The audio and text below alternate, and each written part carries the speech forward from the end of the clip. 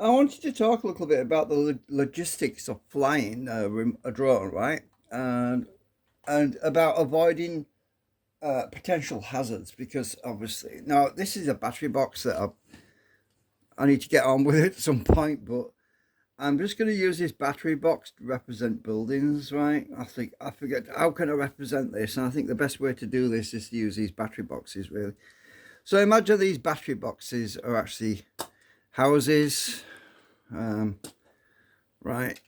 So imagine that we've got a bunch of houses, and I'm a bit further back, right?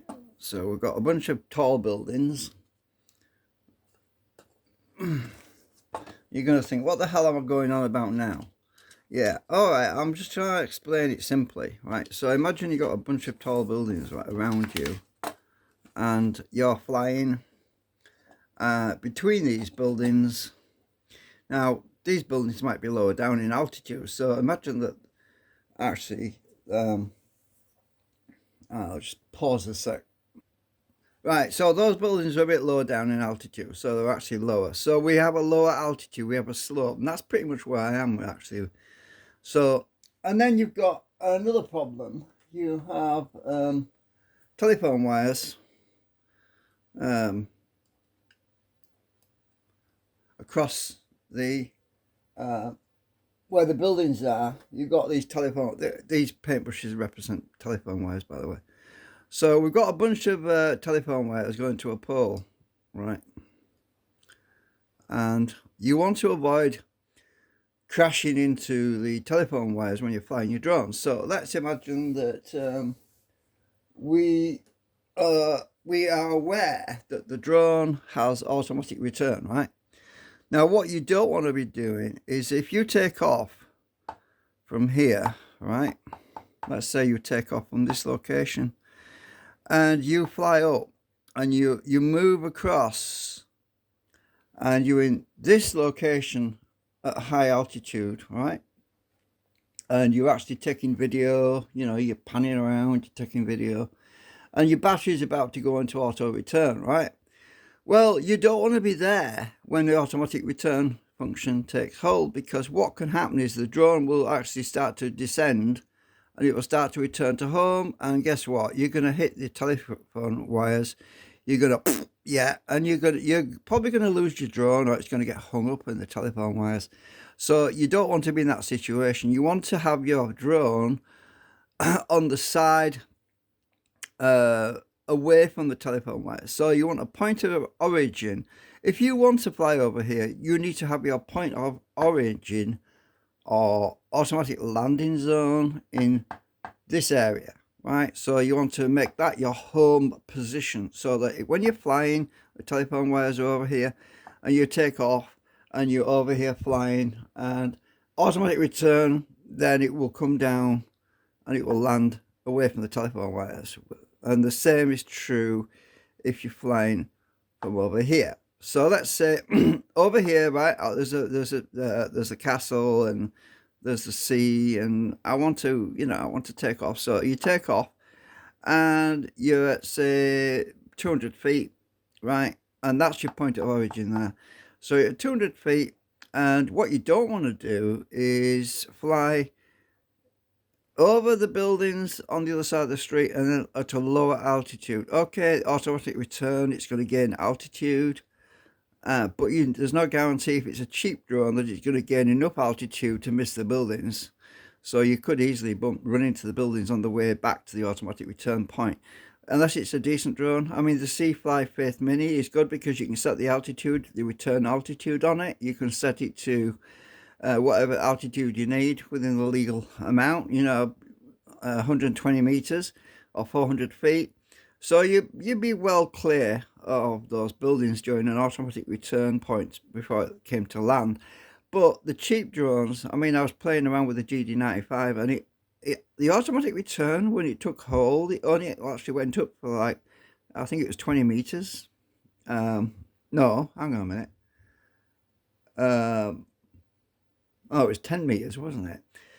So I think it only climbed about 10 meters and before it actually came back and landed. So that's not enough clearance to avoid these buildings. If you were over here and you were actually flying below the level of a building, you should never do that. You should never fly below the level of building because that's out of sight. That's no longer in visual line of sight. You have to keep it in visual line of sight at all times now because of the new laws in the UK anyway. So as long as you have visual line of sight and you're at altitude to clear buildings, and then if automatic return is initiated, you're not going to cross over the telephone wires. You're just going to land where you took off from, basically. So I thought I'd go over that and explain how I work this stuff out in my head. So when you see me flying my drone, when I was flying it the other day, and I went up to was it 54 meters I went up, and I tried to look at the North Bay, but it was all foggy. I actually had a plan. My objective was initially, my plan was to fly all the way down to the other end of the grassy bank area, well, where I live, yeah, and then fly all the way back to this end. I did it on purpose in that order because my intent was to finish at this point, then rise up to take a peek at the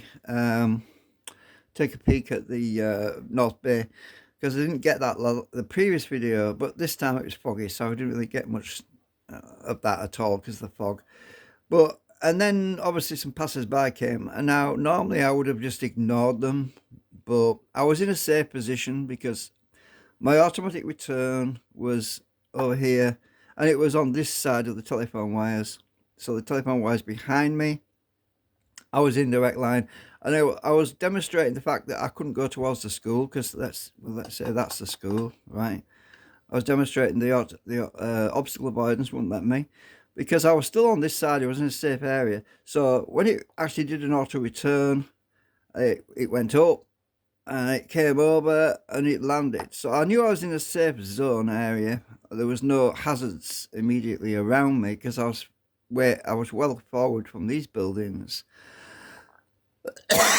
And I was well back from these buildings, apart from when I was demonstrating what would happen if you tried to move towards the auto return. But obviously at the time I wasn't paying attention to my battery, but that's okay because I wanted to test the automatic return system on this GD95 drone anyway, and I'd already put it in a situation where on the auto return it couldn't do anything dramatic because you've got an emergency kill button.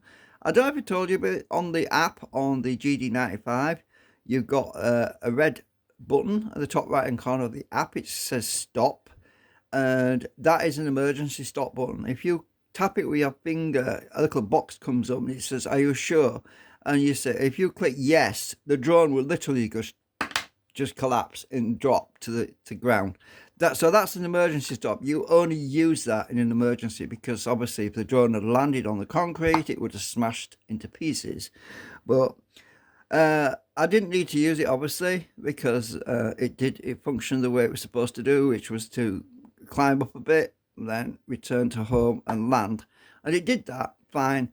So I wasn't in any panic or any anxiety at that point because I knew that the return point was basically just a few feet from where I actually took off from, which was about here. I went up and then I went down the garden. I went under the telephone wires because I was about a few feet off the ground. I went up to the end, went all the way back. Obviously, I did a maneuver at this end. Actually, did a rotation. So I was facing this way. The drone was facing this way, and I turned. And because of the freaking lag on the video, I mean, I lost sight of I was looking at the drone all the time, but I glanced down at my phone. And when I glanced down at the phone, I was looking at video that was a lag. It was lagging. And so it kept rotating and it was pointing that way. So when I actually looked at the drone, I couldn't tell that it was pointing that way until I moved it. And then when I moved forward a bit, it went a little bit and I thought, oops. I realized that my drone was pointing that way, not that way, not that way. So that's when I corrected the angle because of the poor video quality. it has lag on it, and so during the time when I was doing this rotation, it must have frozen, and I kept turning, and the video was about a few seconds behind, and it took a while to catch up. So I was actually pointing that way instead of that way, which is annoying, and that's another reason why I don't like the GD95 drone, because it gives you false information because of the error in the video signal. It can lag. So anyway, because I was actually initially kept my eyes on the drone when it was pointing over there at that building. I kept my eyes on the drone, and I assumed it was pointing towards me, but it was actually pointing that way. So when I give it a quick nudge, and that's when I saw that it was pointing the wrong way. So that's when I turned it back, and then I flew it back towards me, and I stopped, obviously near that wall, because I wanted to make sure I was going to clear the wall and everything. And then I raised it up a bit. Now I was testing the obstacle avoidance to see if that would work okay, and that was too sensitive. I think every time you move forward, it tilts like that. The drone tilts forward, and the obstacle avoidance is detecting the ground, because the ground is closer than 20 meters, and that's what was triggering it. And I think that's the reason why it kept false triggering. So if I'd been higher, and if the ground had been more than 20 meters away, I could have probably used the obstacle avoidance all the way down to this end. The only problem with that is I would have been above the telephone wires. Now, I didn't want to be flying above the telephone wires with a GD95 drone, because I was trying to work out how stable it was, and I didn't want to be too high at that point. So I didn't want it to drift or the wind to catch it, and I wasn't sure if the GPS was going to be stable. So I wanted to fly under. And that's the reason why the obstacle avoidance wasn't doing its thing properly, because it kept triggering every time I flew it forward. When it initially moves, it really wants a really slow speed, so that when you tilt forward, it's a gentle tilt and not a sudden tilt, because it just got like that. And because it's doing that, it's immediately detecting the ground, which is really kind of stupid. I mean, it's got a 60% or 100% speed on it, which is a little bit too high. I looked in the settings, and you can drop it to 30%, but that doesn't work on the buttons on the remote. When you press the buttons, it jumps from 60 to 100 or 60, 100, 60. It won't go down to 30. You have to go into the remote control to set it to 30%, which is kind of dumb. It really would have been nice to have three settings, 30, 60, and 100%, which it won't do on the remote. It'll only do that in the app, so, which is kind of silly. So anyway, that's what my analysis is of that flight. I hope you learned something. So if you're flying a drone, always be aware of where you take off and obstacles like telephone wires, so that you always, if you're in a return to home situation where your battery's low, you're not going to be flying directly through telephone wires on the return point, because that can be a real hazard, because you're going to be forced to either raise the drone or lower the drone, and that can be a little bit hair raising, especially if your battery's about to die. You don't want to be raising it more than necessary, because that will drain the battery even faster, and then you could have a plop situation. So anyway, thanks for watching. Bye for now.